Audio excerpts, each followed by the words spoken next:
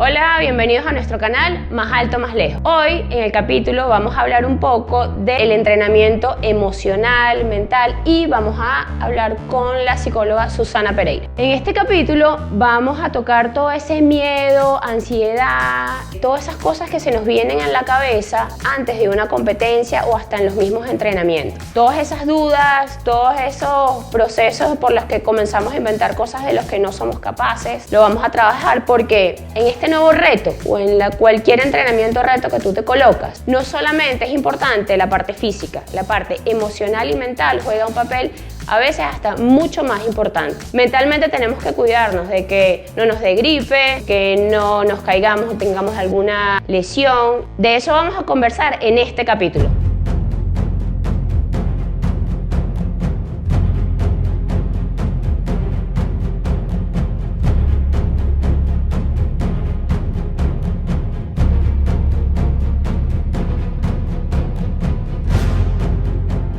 Susana Pereira, muchas gracias, psicóloga. Nuevamente gracias por tu tiempo, gracias por compartir este espacio con nosotros.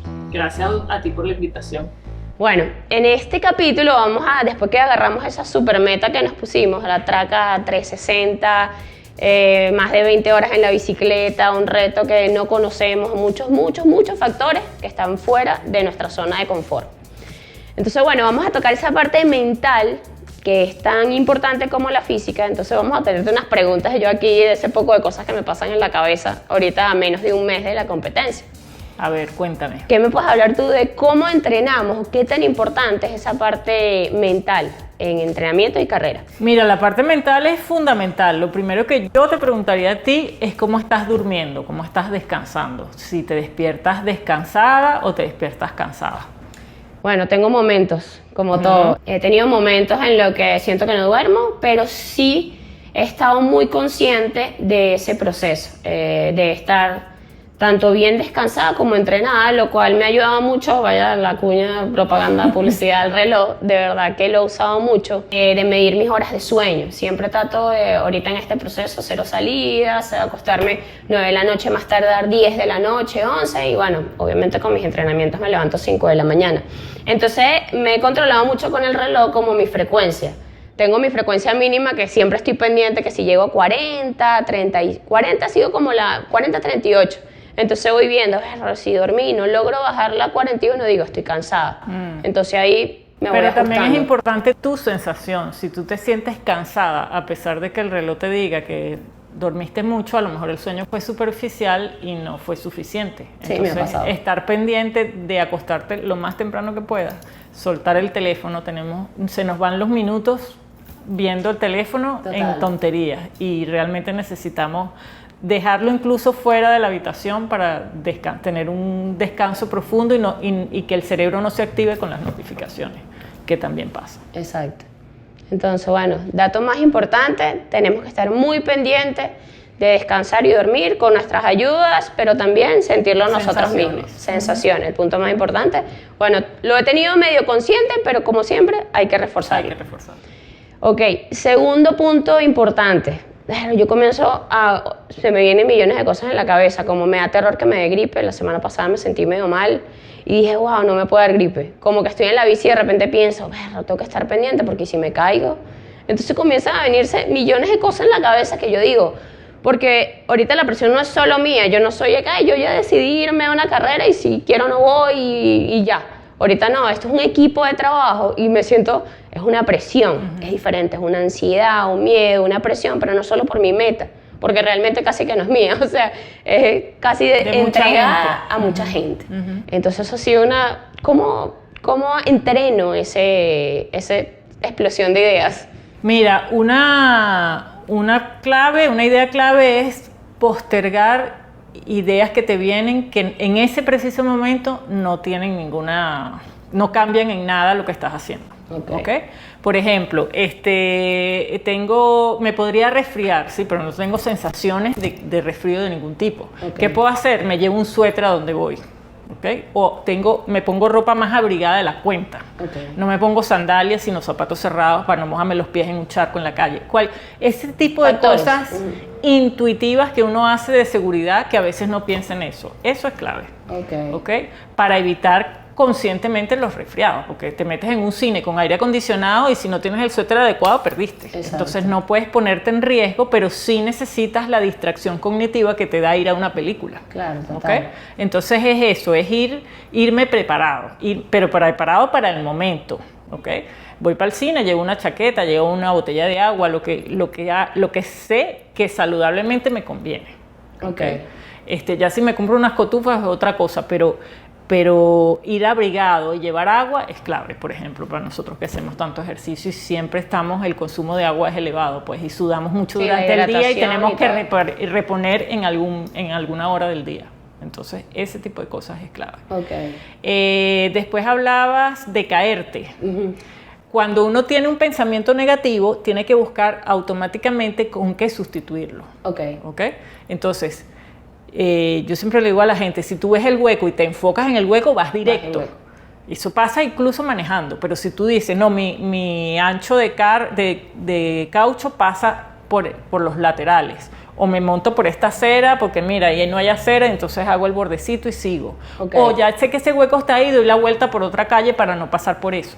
¿Okay? Entonces, anticipar cosas, pero en función de la situación. Okay. Para evitar caer en el hueco. Pero si tú te enfocas en eso, no. ¿Cuáles son las alternativas? Es decir, ¿qué opciones tengo? Tengo que... me acuerdo que la semana pasada que entrené por aquí me pasó esto, tengo que estar pendiente de este bachecito. O sea, este tipo de cosas. Pues. Conciencia del momento, del presente. No estar a futuro adelantando tanto porque no lo puedes prever todo. Es una distancia muy larga. Entonces tú vas con lo que tienes delante. Claro. Ok, bueno, de este punto importante concluimos que todos esos pensamientos que obviamente van a venir, que son del futuro, que me voy a enfermar, que me voy a caer, sustituirlos por pensamientos positivos y de vivir el presente, lo que está ahí. Me va a caer, tengo que moverme, veo el hueco, tengo que ir para otro lado, no que si me voy a caer en un futuro, no, es vivir el momento, el presente. Correcto. Y que mi mente esté enfocada en eso. Uh-huh. Perfecto. Tocamos otro punto, es las expectativas. Eso es mucha presión, porque bueno, no solo mía, porque yo la tengo, obviamente me da miedo, y si no lo logro, y si no la termino, y el equipo de trabajo también, ¿qué esperan de mí? ¿Esperan que la termine? ¿Esperan que llegue un podio? O sea, cosas que a veces son totalmente ilusas, pero que bueno, que la gente se lo piensa, ¿no? ¿Cómo manejamos no solo yo, porque bueno, estamos en un equipo de trabajo, ¿cómo manejamos esas expectativas? Mira, una cosa importante es visualizarte en la meta. Okay. Esa es la única cosa que hay que proyectar en el futuro. O sea, aunque voy por el kilómetro 80 y son 300, voy pensando cómo va a ser la meta, qué va a estar, qué voy a conseguir, qué va a estar lleno de gente, independientemente que cuando llegue sea distinto, porque no sabes cómo es. Pero siempre focalizar en ese punto, que es tu objetivo, que es llegar a la meta, que es el objetivo de todo lo que te están apoyando. Claro. Que hagas podio o no hagas podio, bueno, eso ya es más difícil de precisar porque además vas a un evento que tú no conoces a tu contrincante, claro. Diría yo. Pero eso va a ser como la sorpresa o la guinda del pastel de lo que, cómo terminas, que pueda pasar. Siempre hay un factor sorpresa que uno no calcula y ese debería ser el podio. Claro. Pero la meta siempre hay que visualizarla a futuro. Y voy pensando en cómo me voy sintiendo y conectando con mis sensaciones de que no estoy tan cansada, de que las piernas me funcionan, de que sigo pedaleando, de que me comí el gel que me tocaba, de que me siento bien, etc. De que cubrí más de lo de vivir el presente, pues de lo que tengo enfocarme en lo que tengo que hacer. Pero voy pensando en el final. Si yo me estudio la ruta y sé más o menos cómo es el relieve y qué es lo que estoy esperando, bueno, ya voy pasando esto, voy pasando, como fragmentar la carrera en bloques. Para irlos pasando y como sentir que vas cumpliendo la meta, cumpliendo pues, en el esos proceso. Pequeños objetivos y visualizando siempre la meta. Me queda menos, ya hice todos estos tramos y ahora me estoy acercando, cada vez estoy más cerca. Visualizando siempre la meta. Bueno, concluyo de esta pregunta. En nuestro proyecto de Traca 360 2025, bueno, visualizar, no solo para mí, sino para todo el equipo de trabajo. Vamos a ir visualizando cómo va a ser esa llegada, cómo va a ser el proceso. En este caso pues, me sirve mucho esto porque esta carrera voy a experimentar algo diferente, que es que tengo que bajar la ruta en mi ciclocomputadora. Y ahí te va diciendo cosas que generalmente yo no lo hago, o sea, no se hacen el estilo de carreras que yo venía haciendo, uno arranca y ya te van diciendo por dónde, no tienes ni que pensarlo. Ahorita es diferente, tengo que leer y ahí me van diciendo, bueno, en 3 kilómetros viene una subida de 20% de desnivel. Entonces, bueno, eso me sirve con lo que me estás diciendo porque, bueno, esta va a ser mi meta, esta subida. Y ahí lo voy a tener en el ciclocomputador. Van a haber 6 subidas fuertes y me la van a ir avisando. Entonces, bueno, nada, visualizándose. En conclusión, para todas las personas que quieran plantearse una meta deportiva es visualizarla. Porque a todos nos da ese estrés, o sea, en la carrera tú comienzas a pensar, ¿y si me cae algo mal en el estómago? ¿Y si ese día me levanto y no dormí nada? Entonces, no pensar en eso, sustituirlo por lo que vas a sentir en la meta llegando y en el proceso de la carrera. Ese es mi otro punto. Bien. Bueno, por último, vamos a concluir otra idea que también es importante cuando uno se pone una meta deportiva, sea un maratón, sea tu carrera expectativa. En este traca, pues todos estamos enfocados y ya falta un mes, falta poquito y toda la energía está enfocada en esa carrera, en la preparación, en cómo va a ser el final, en el proceso. Ahora, ¿cómo manejamos eso cuando ya se acabó la carrera? Llegamos a la meta, se logró el objetivo, sea el resultado que sea. O sea, ese vacío, ¿cómo lo manejamos? Después puede venir un bajón como que, ay, ¿ahora qué hago? Mira, Flor, pasa mucho que la gente siente como un vacío, ¿no? Como que pasó rapidísimo, el evento pasó así y no me di cuenta y ya se acabó, ¿no? Y queda como ese hueco que, ¿y ahora qué? ¿no? Es importante ahí planificar el reposo.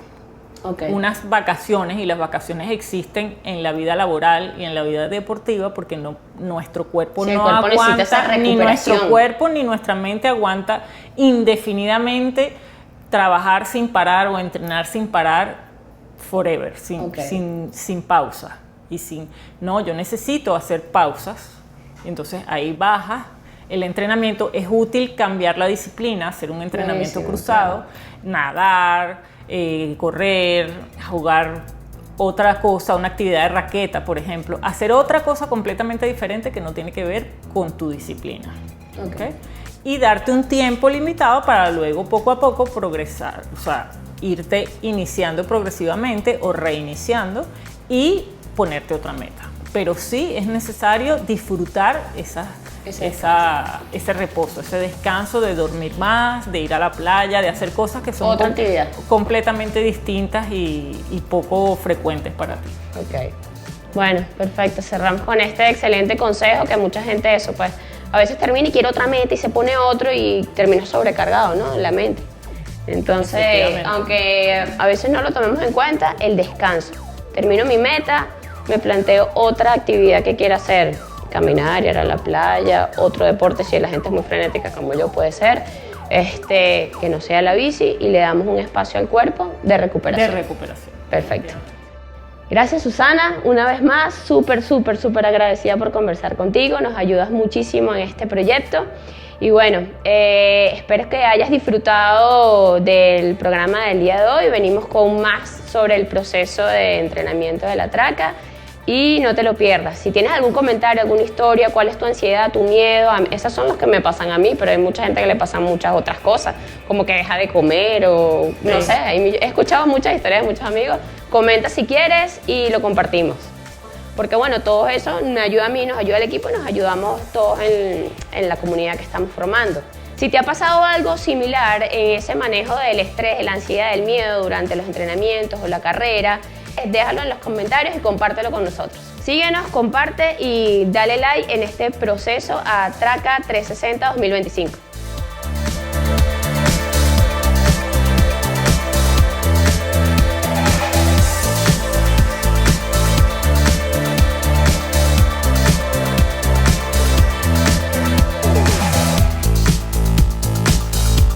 La comunidad, todo lo que haya.